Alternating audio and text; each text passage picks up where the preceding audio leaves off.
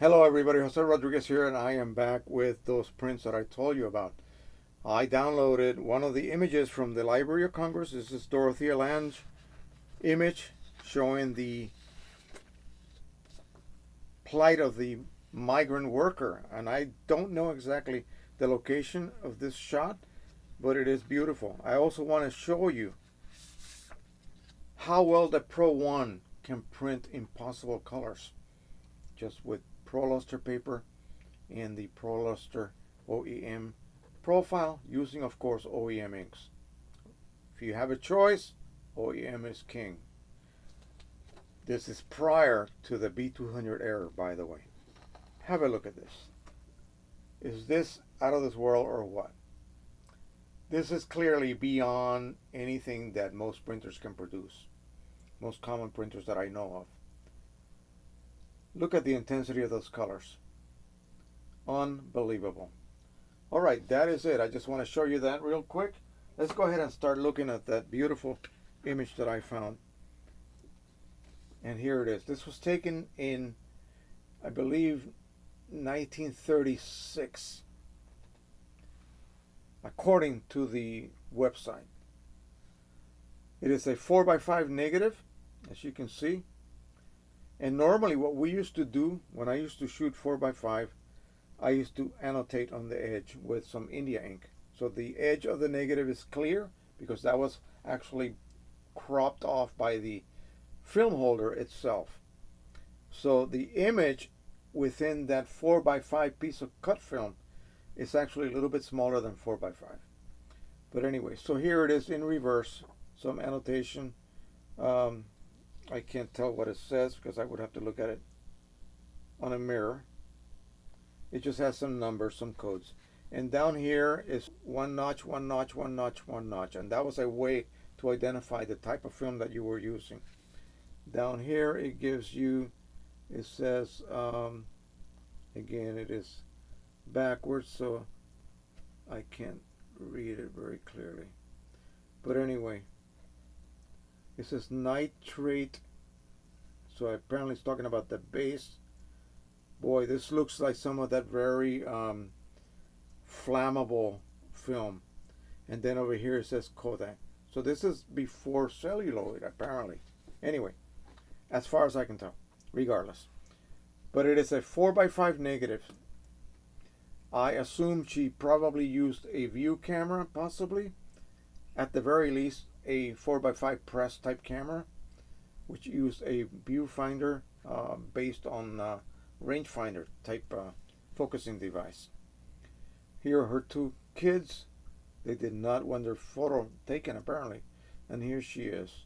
And apparently this looks like a tent background. So these people would pick vegetables all day and then go to their tents to spend the rest of the evening, I guess. Well, I went ahead and loaded this into Photoshop, and I removed a lot of the little scratches and dust particles that were present. Adjusted the contrast range a bit, dodged certain areas out, and proceeded to print it.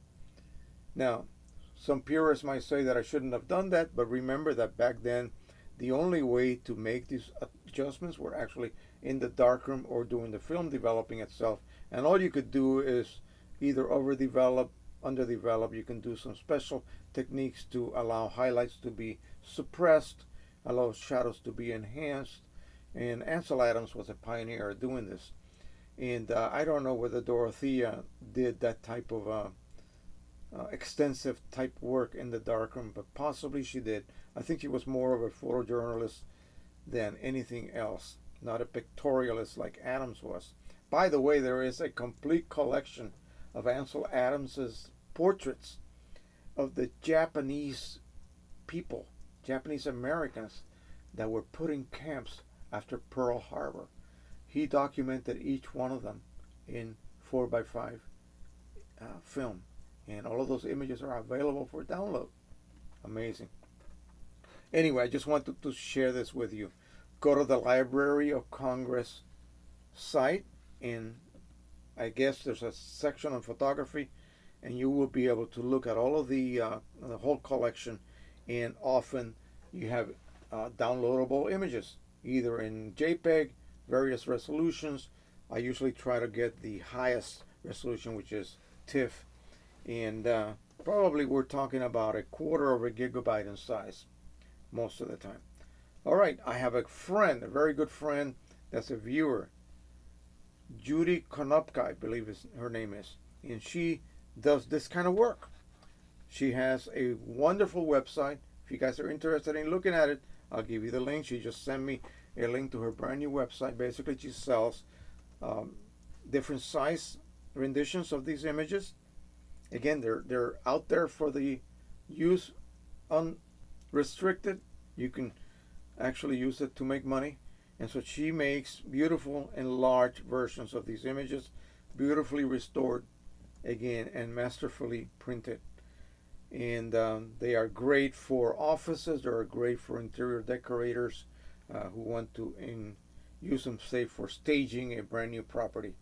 And so she's apparently doing very well. She's now using a Canon Pro 2000, which I really salivate when I think about that.